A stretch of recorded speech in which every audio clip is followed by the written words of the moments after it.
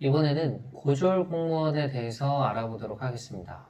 일단 고졸 공무원이라 함은 그거겠죠. 고등 기술 학교에서 졸업 예정자거나 졸업한 사람에 한해서 볼 수 있는 전형, 요거에 대해서 알아볼 텐데요.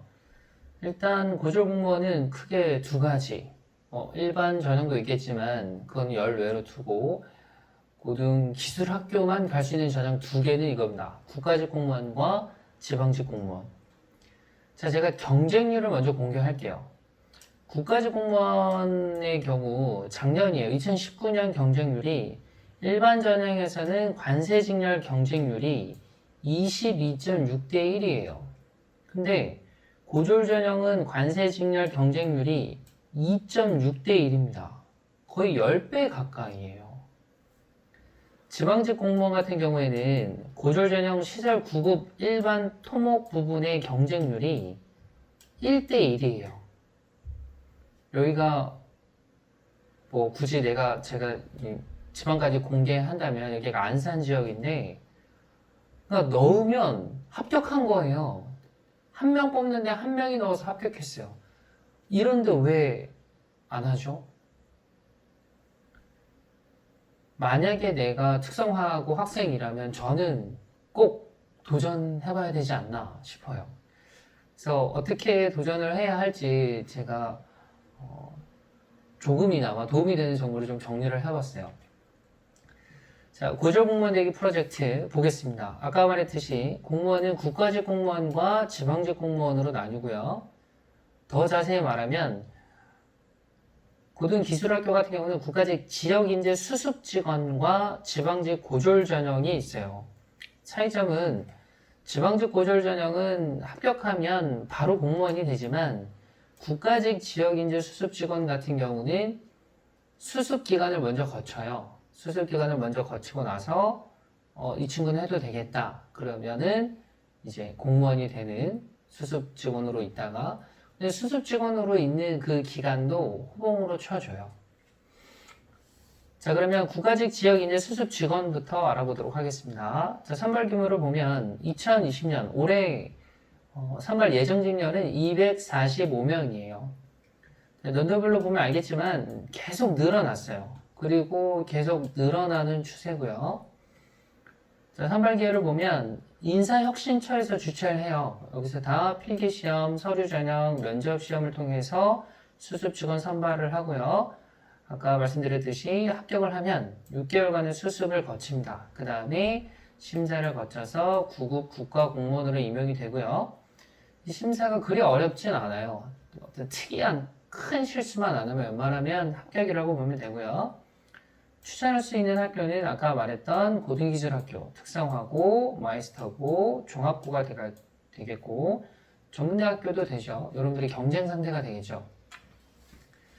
자, 학교 추천, 여기가 중요한데, 자, 졸업자도 되고, 졸업 예정자도 되는데, 학과 성적을 보니까 전문교과 과목이 성취도 평균 B 이상이 돼야 되고요. 그중 50% 이상 과목 성취도가 A가 있어야 됩니다.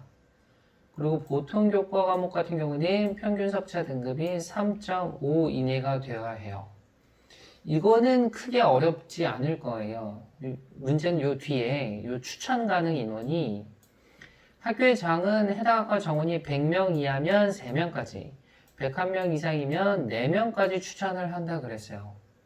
그러니까 뭐겠어요? 내가 공무원이 되겠다. 그리고 국가직으로 시험을 보고 싶다는 친구는 과에서 3등 안에 들어야겠죠.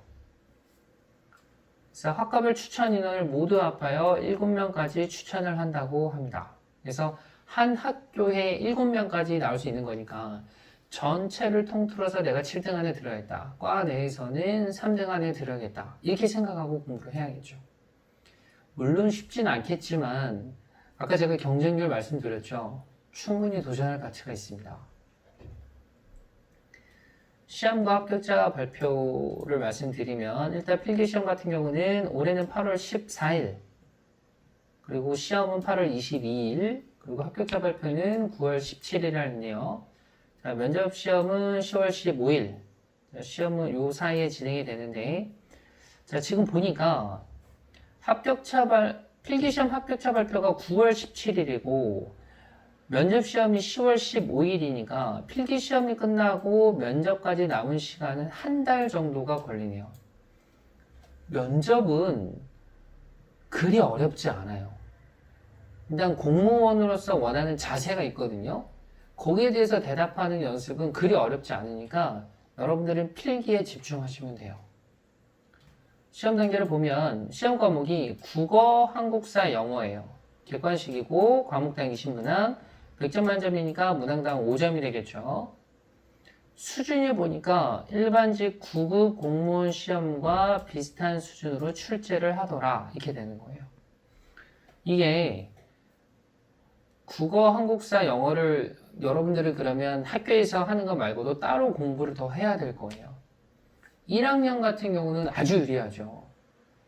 그러니까 학교 공부하는 거를 제외하고서라도 9급 공무원, 국어, 한국사, 영어 같은 경우는 마음 잡고 준비를 하셔야 돼요.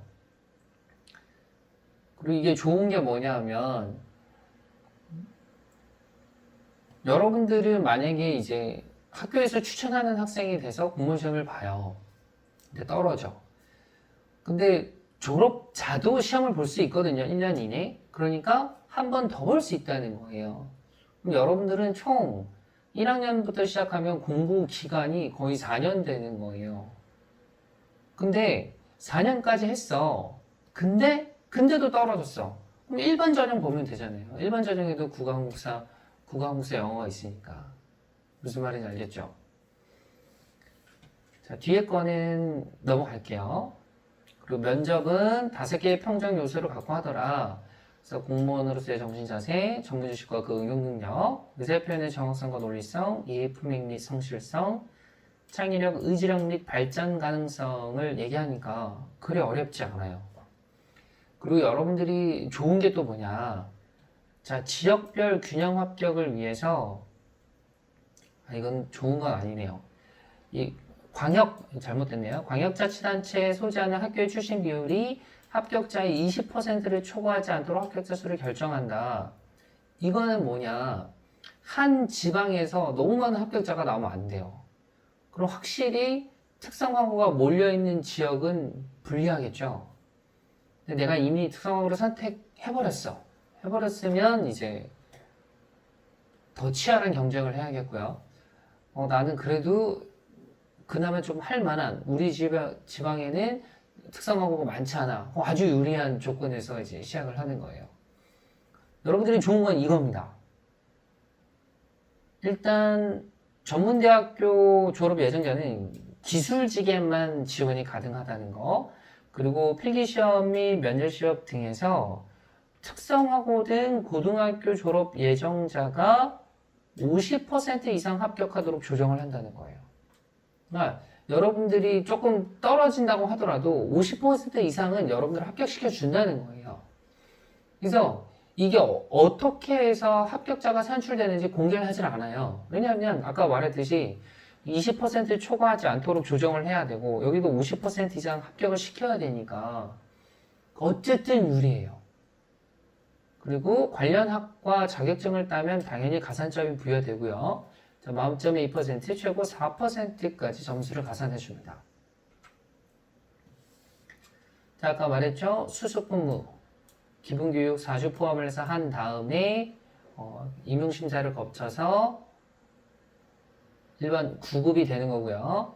자, 부수는 1호봉에 해당하는 부수를 지급하고 공문으로 채용된 이후에는 수습근무 기간을 호봉에 반영한다고 했습니다. 작년 같은 경우는 210명이 최종 합격을 했고요. 평균 경쟁률은 5대1 정도였습니다. 아까도 말씀드렸지만 전체 일반 전형 경쟁률로 봤을 때는 아주 낮은 거예요. 도전하세요. 다음은 지방직 고졸 전형입니다. 지방직 고졸 전형은 뭐 전국 전체에서 뽑는 게 아니라 각 시, 도에서 뽑는 거예요. 어떻게 보면 지금 국가직에서 뽑는 것 같은 경우는 전국의 어디 부서에 발령이 날지 모르잖아요. 근데 지금 여기 같은 경우는 지방직이기 때문에 그 지방의 토박이 학생들 같은 경우는 오히려 여기가 더 유리할 수도 있죠. 근데 많이 뽑지 않아요. 근데 뭐 많이 뽑지 않는다고 해서 경쟁률이 높은 건 아니에요. 또 경쟁률이 낮으니까 이것도 충분히 여러분들 도전해 볼 수 있죠. 자, 올해 2020년 선발 예정 인원은 총 74명이네요. 그리고 이게 원래 기술직만 뽑았던 거 아시죠? 근데 올해부터 7월에 행정직 공무원 신설까지 한다고 해요. 그러니까 이 여학생들 상고 계통의 상업 계통의 학교들은 엄청 큰 희소식이죠.